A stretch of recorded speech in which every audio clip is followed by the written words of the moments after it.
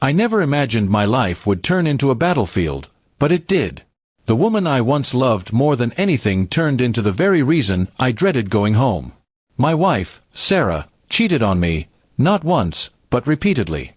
Yet even after knowing everything, I couldn't just walk away. Not because I still loved her, but because of Jack, our 6-year-old son. My little boy, my only source of peace. I found out about her affair through late-night messages and secret calls. At first, I tried to deny it. I told myself maybe it was a misunderstanding.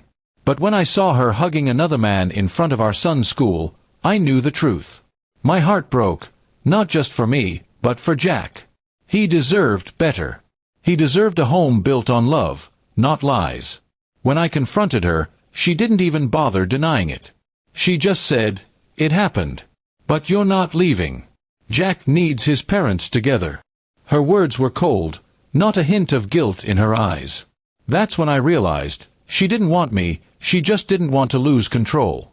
I was her convenience, nothing more. I tried to leave. I packed my things, even spoke to a lawyer. But every time, she threw Jack into the middle of it. "If you leave, he'll think you abandoned him," she'd say. "Do you want him growing up without a father?" And each time, her words pierced my heart like knives. I didn't want my son to suffer because of her actions.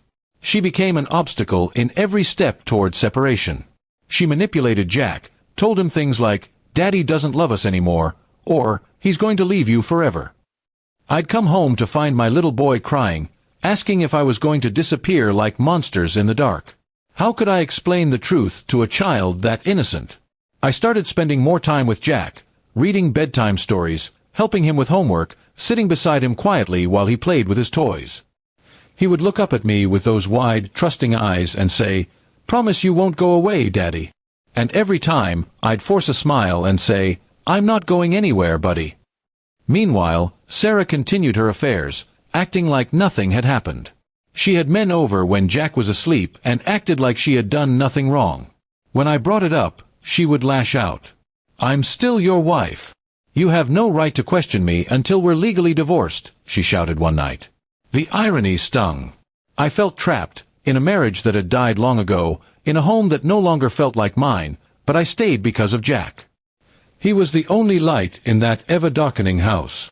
I endured sleepless nights, mental torture, and constant emotional manipulation, all for that little boy's smile. One night, I overheard Sarah whispering to someone on the phone, "He'll never leave. I've got Jack. He's too weak." That night, something changed in me. I realized she wasn't just cheating, she was using our son as a weapon. And I knew then, for Jack's sake, I had to be strong. The next day, I filed for full custody. I gathered all the proof I had, her affairs, her manipulation, her instability. I didn't want to take Jack away from his mother, but I had to protect him from growing up in a toxic, loveless environment. Sarah fought back with everything she had, but she underestimated the strength of a father's love. The court battle was long and painful. Sarah painted me as cold, distant, and even dangerous. But my actions, my words, and most importantly, Jack's own love for me, spoke louder. He told the child psychologist, "Daddy makes me feel safe. I want to live with him." That was the moment the tide turned. Eventually, the judge granted me primary custody. It was bittersweet. Jack came to live with me, and Sarah was given visitation rights. She was furious. She screamed in court, called me a thief, a monster. But for once, I didn't care. I held Jack's hand and walked out without looking back. Now, every morning, I wake up to the sound of Jack's laughter. The air feels lighter, the house feels like a home again. I'm still healing, still picking up the pieces of my heart. But I'm no longer lost. My son saved me, and in return, I gave him the peaceful life he deserved.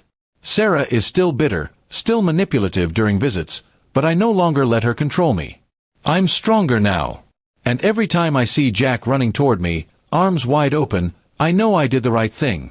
She tried to break me, but in the end, only my Jack mattered. And because of him, I rose again.